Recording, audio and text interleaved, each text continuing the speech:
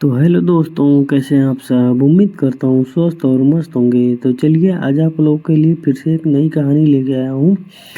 जैसा कि आप सभी जानते हैं, हमारे हर कहानी में 5 लकी सब्सक्राइबर को 100 रुपये का इनाम दिया जाता है। तो इस कहानी को पूरी सुने और अपने दोस्तों में शेयर करें तथा हमारे चैनल को सब्सक्राइब करें।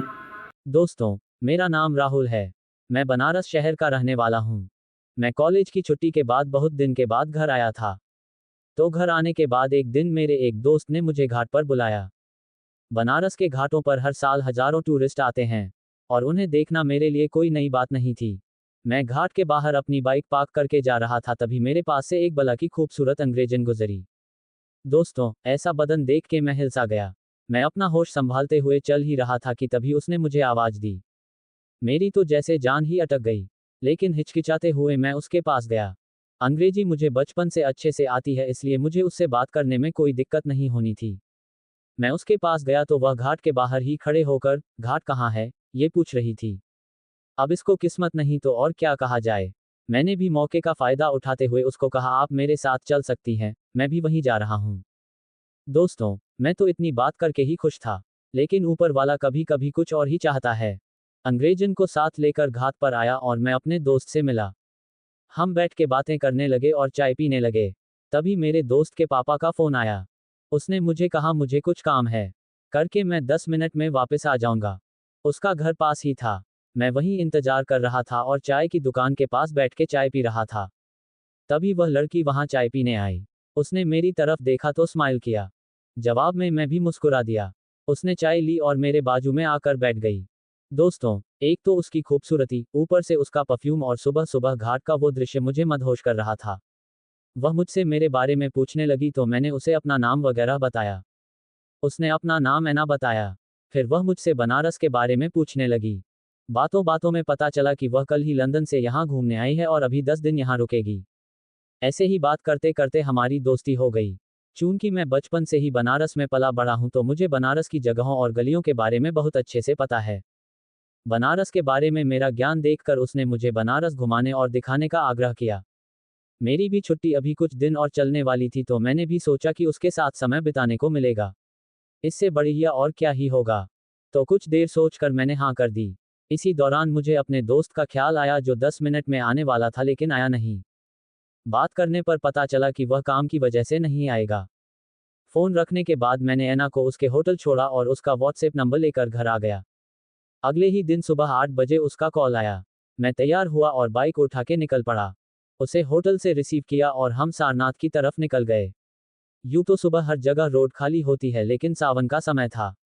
वहां मेला लगा था और थोड़ी भीड़ भी थी, जिसकी वजह से मुझे ब्रेक लगाना पड़ रहा था और इसी बहाने मुझे उसका स्पर्श मिल रहा था। मुझे तो ये सब बहुत ही अच्छा लग रहा था। वहां हम घूमे, फोटोज ली और खाया पिया और घूमे और उसे होटल छोड़ दिया। अब रोज मेरा यही रूटीन था। एक दिन मैं उसे जैसे ही होटल छोड़ने गया, तेज बारिश शुरू हो गई। देखते ही देखते सड़क पर पानी भर गया।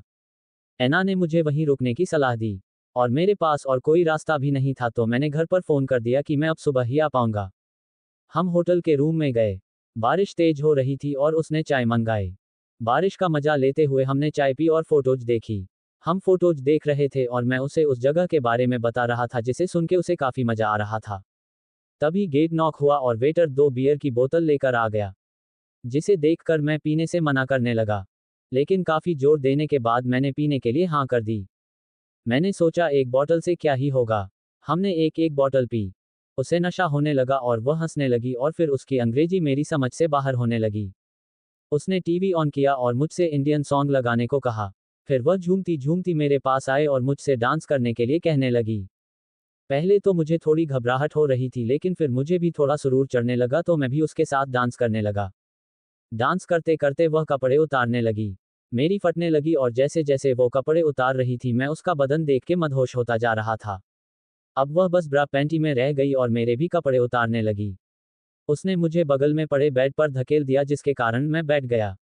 उस रात होटल की छत पर चांदनी रात का माहौल बेहद रोमांटिक था। ऐना और राहुल एक साथ बैठे थे, गंगा की लहरों की आवाज और शहर की रोशनी उनके आसपास बिखरी हुई थी। ऐना ने राहुल की ओर देखा और कहा, तुम्हारे बिना ये शहर इतना खास नहीं होता। तुमने मुझे बनारस का असली मतलब समझाया। राहुल ने उसकी आंखों में देखा और मुस्कुराते हुए कहा, ऐना, तुम मेरी जिंदगी में एक नई रोशनी लेकर आए हो। तुम्हारे साथ हर पल खास है। उस पल राहुल ने ऐना का हाथ थाम लिया और कहा, क्या तुम मेरे साथ रहोगी? मैं तुम्हारे बिना अब इस शहर की कल्पना भी नहीं कर सकता। ऐना ने उसकी आंखों में देखा और मुस्कुराते हुए कहा, हाँ राहुल, मैं तुम्हारे साथ रहना चाहती हूँ। अगली सुबह ऐना और राहुल ने साथ में सूर्योदय देखने का फैसला किया। वे दोनों 80 घाट पर पहुंचे, जहां गंगा की लहरों पर सूरज की पहली किरणें चमक रही थीं। ऐना ने कहा, ये नज़ारा मैं कभी नहीं भूल पाऊंगी। राहुल ने उसके कंधे पर हाथ रखा और कहा, ये नज़ारा तो हर रोज है, लेकिन तुम्हारे साथ यह और भी खूबसूरत लगता है। उस दिन राहुल ने ऐना को बनारस के छुपे हुए रंग दिखाए। वे साथ में काशी विश्वनाथ मंदिर गए, जहां ऐना ने भगवान शिव की पूजा की। राहुल ने उसे बताया कि यह मंदिर हजारों साल पुराना है और यहां आने वाले हर व्यक्ति की मनोकामना पूरी होती है। ऐना ने मन ही मन प्रार्थना की कि उसका और राहुल का साथ हमेशा बना रहे। दोपहर में वे दोनों बनारस की गलियों में खो गए। यहाँ हर मोड़ पर एक नई कहानी थी। ऐना ने राहुल से पूछा, तुम्हें ये शहर इतना प्यारा क्यों लगता है? राहुल ने मुस्कुराते हुए कहा, क्योंकि यहाँ हर कोना इतिहास और संस्कृति से भरा हुआ है। और अब तुम्हारे साथ यह और भी खास हो गया है। वे दोनों एक छोटी सी चाय की दुकान पर रुके, जहां राहुल ने ऐना को बनारसी चाय पिलाई। ऐना ने कहा, ये चाय बहुत स्वादिष्ट है। राहुल ने कहा, ये चाय तो बस बहाना है तुम्हारे साथ बैठने का। शाम को वे दोनों दशाश्वमेध घाट पर गंगा आरती देखने गए। वहां दियों की रोशनी और मंत्रों की ध्वनि ने एक अद्भुत माहौल बना दिया था। ऐना ने कहा, यह बहुत खूबसूरत है। राहुल ने उसके हाथ थामे और कहा, यह आरती सिर्फ गंगा की नहीं है, ये हमारे प्यार की भी है। उस रात ऐना और राहुल ने एक दूसरे को अपने प्यार का इजहार किया। उनकी यह रोमांटिक यात्रा सिर्फ शुरुआत थी, क्योंकि उन्हें पता था कि यह प्यार उनकी जिंदगी का सबसे खूबसूरत अध्याय है। अगले दिन राहुल ने ऐना को एक सरप्राइज दिया। वे दोनों सुबह सुबह नाव पर बैठकर गंगा की सैर करने निकले। नाव पर बैठकर ऐना ने कहा, यह बहुत शांतिपूर्ण है। राहुल ने कहा, यह शांति तो बस शुरुआत है। हमारी जिंदगी में और भी खूबसूरत पल आने वाले हैं। उस दिन राहुल ने ऐना को बनारस के छुपे हुए रंग दिखाए। वे साथ में सारनाथ गए, जहां बुद्ध ने अपना पहला उपदेश दिया था। वे संकट मोचन मंदिर गए, जहां ऐना ने हनुमान जी की पूजा की। वे बनारस की गलियों में खो गए, जहां हर मोड़ पर एक नई कहानी थी। ऐना को राहुल के साथ बिताया हर पल खास लगने लगा। ऐना और राहुल की यह रोमांटिक यात्रा सिर्फ शुरुआत थी। उन्हें पता था कि यह प्यार उनकी जिंदगी का सबसे खूबसूरत अध्याय है। बनारस की गलियों, घाटों और मंदिरों ने उनकी कहानी को और भी यादगार बना दिया। ऐना और राहुल ने एक दूसरे को वादा किया कि वे हमेशा साथ रहेंगे, चाहे जहां भी जाएं। ऐना और राहुल की बनारस की यात्रा में घाटों का विशेष महत्व था। हर सुबह वे दोनों साथ में गंगा के किनारे बैठकर सूर्योदय देखते। एक दिन मणिकर्णिका घाट पर ऐना ने राहुल से पूछा, क्या तुम्हें लगता है कि हमारा प्यार इतना गहरा होगा कि हम हमेशा साथ रह सकें? राहुल ने उसकी आंखों में देखा और कहा, ऐना, तुम मेरी जिंदगी का सबसे खूबसूरत हिस्सा हो। मैं तुम्हारे बिना कुछ भी नहीं हूं। हम हमेशा साथ रहेंगे। उस दिन राहुल ने ऐना को एक छोटा सा उपहार दिया, एक गंगा का पानी से भरा शीशा। उसने कहा, यह गंगा का पानी हमारे प्यार की निशानी है, जो हमेशा शुद्ध और पवित्र रहेगा। ऐना ने उस उपहार को गले लगाया और कहा, यह मेरे लिए बहुत कीमती है। शाम को वे दोनों ऐना के होटल लौटे। होटल की छत से बनारस का नज़ारा और भी खूबसूरत लग रहा था। चांदनी रात में राहुल ने ऐना के लिए एक छोटी सी रोमांटिक डिनर की व्यवस्था की थी। मोमबत्तियों की रोशनी और गंगा की लहरों की आवाज के बीच दोनों ने एक दूसरे के साथ वक्त बिताया। ऐना ने कहा, राहुल, तुमने मेरी जिंदगी को इतना खूबसूरत बना दिया है। मैं तुम्हारे बिना अब रह नहीं सकती। राहुल ने उसके हाथ थामे और कहा, ऐना, तुम मेरी हो। मैं तुम्हें हमेशा अपने साथ रखना चाहता हूँ। उस रात दोनों ने एक दूसरे को अपने प्यार का इजहार किया और वादा किया कि वे हमेशा साथ रहेंगे। कुछ महीनों बाद ऐना और राहुल ने शादी करने का फैसला किया। ऐना ने अपने परिवार को रूस से बुलाया और राहुल ने अपने परिवार और दोस्तों को शादी में शामिल होने के लिए आमंत्रित किया। शादी की तैयारियां जोरों पर थीं। ऐना ने एक सुंदर लाल लहंगा पहना और राहुल ने एक सफेद शेरवानी। बनारस के घाटों और मंदिरों ने उनकी शादी को और भी खास बना दिया। शादी का दिन आ गया। दशाश्वमेध घाट पर एक छोटे से समारोह का आयोजन किया गया।